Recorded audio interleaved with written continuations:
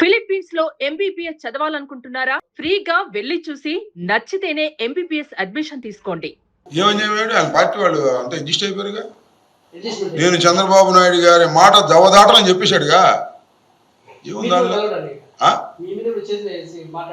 నాతో మాట్లాడ్డా? రోజు నాతో మాట్లాడుతున్నాడు ఏంటి? రోజు ఏం బాగున్నాము నాతో మాట్లాడుతున్నాడు ఏంటి? ఆయన పార్టీ వేరు, నా పార్టీ వేరు. ఏదో ముద్రగడ పద్మనాభం గారి సంతాప సభలో పక్కపక్కన కూర్చున్నాం.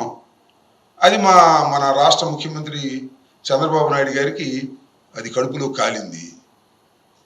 ఆ బోండామని పిలిచి మాట్లాడుకున్నారు, వాళ్ళు అడ్జస్ట్ అయ్యారు.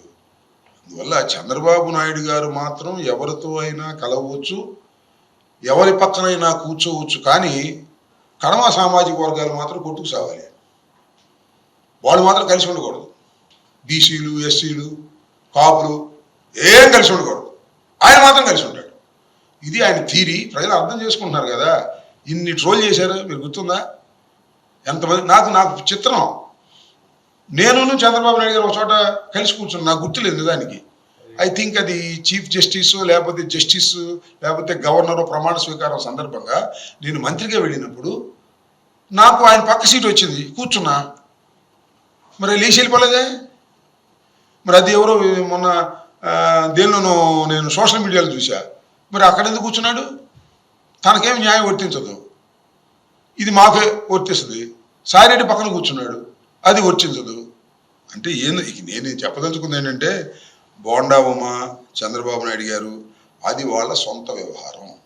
వాళ్ళు కింద మీద పడమను. అసలు బోండా ఉమకి ఇన్స్ట్రక్షన్స్ ఇవ్వమను. అంబటి రాంబాబు గారితో మాట్లాడొద్దు.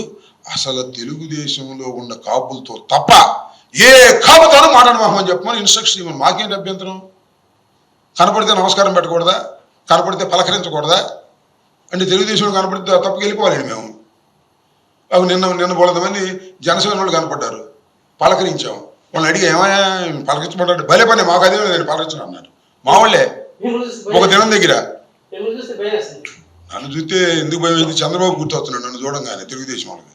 ముద్రగడ పద్మనాభ సంతాప సభకు వెళ్ళొద్దనడం తప్పు.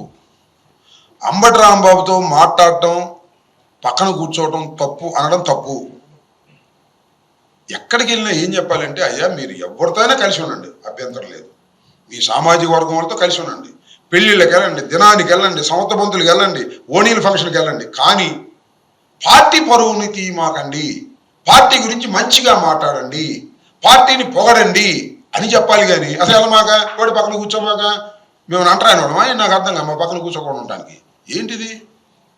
మాకేమన్నా వ్యాధులు ఉన్నాయా చెప్పండి? అంటారని ఏమన్నా అంటుకునే వ్యాధులు నాకు అర్థం కాదా?